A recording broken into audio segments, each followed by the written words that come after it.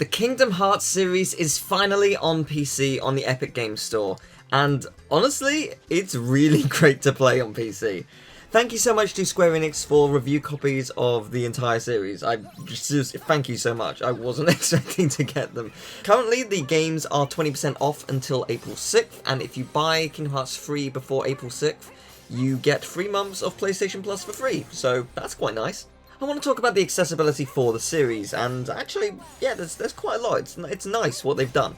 So, Kingdom Hearts 1.5 plus 2.5 will feature Kingdom Hearts 1, Chain of Memories, The Days movie, Kingdom Hearts 2, Birth by Sleep, and the Coded movie, and it really does not require much to run it. You are able to play it pretty nicely, it's going to look gorgeous, it's going to play phenomenally, and what I really like is it has multiple FPS settings. So there's 30 if you want to play old school, there's 60, 120, and unlocked, and this is across all of the games, which is very nice indeed. There are achievements on the Epic Games Store. I think they're fairly new. Achievements was a thing that wasn't around for quite a while, and maybe some games still don't have them.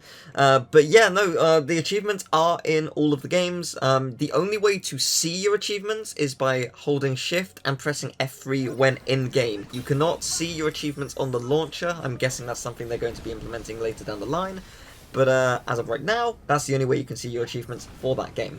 There are colorblind settings, which I love. It's really nice that they've got a variety of different settings for the variety of colorblindness. And I love stuff like this. And more games need to do this. It's really nice that they have implemented this. It would be really cool if they could go back and implement it into the console versions as well, but that's probably not something they're doing right now. But it's just really nice that that is there.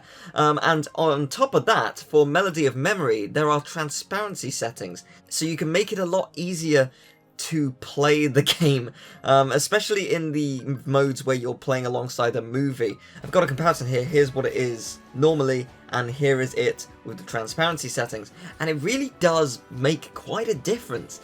It makes it a lot easier to differentiate the notes, which is something I've found quite difficult. And yeah, it's just really nice that they've added a change like this. It's fantastic. There are audio settings, which, you know, you should expect that, but there are. You can change the volume of the music, the sound effects, and the voices. They cannot go to 0, they can only go to 1, but I'm sure mods will come around and bring it to 0 if that's what you desire. Now, playing it with controllers or keyboard and mouse. Yes, you can play keyboard and mouse. It opens up listing like, oh, which keyboard do you have? And you pick the one you have. But it also works with Xbox, PS4, and I believe Switch controllers, and probably others as well. But those are the 3 types you see on the screen. But what I love most of all is you can keybind both controller and keyboard and mouse, which is amazing. Anything you want it to be, you can make it. Just push whatever button you want, and that is just wonderful. I'm so glad that is the case. It makes it so much more accessible to so many people, and that's perfect. It makes me so happy. It is so cool.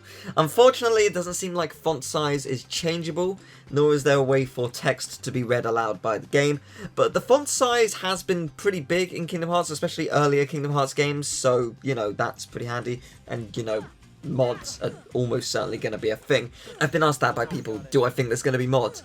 Yeah, absolutely. Probably really soon, within a week. I don't know what we're going to get, I don't know what crazy stuff people are going to come up with, but I suspect we're going to get quite a lot pretty rapidly, and as time goes on, it's just going to get more insane. The original PS2 ROMs can be randomized, and I think that's probably going to happen here, but to all the games, which is awesome. I can't wait to see that kind of stuff. I think it's also likely we'll be able to play as other characters, so just play the whole of Kingdom Hearts 3 as Riku or Aqua or something, which is really cool. Looking forward to when that happens. But let's move on to Kingdom Hearts 3. I have a 4GB NVIDIA GeForce GTX 1050 Ti graphics card. It's not great. It's not terrible. Is that middle of the range? I'm not super familiar on this kind of stuff. I would get a new graphics card, but at the moment no one can actually get one. It's like finding a needle in a haystack, but surrounded by bear traps in the middle of a labyrinth. They don't exist unless you're gonna spend like $3 grand, which, yeah, I don't want to do that. But I'll tell you what, the game runs fairly smoothly when playing at the recommended medium settings.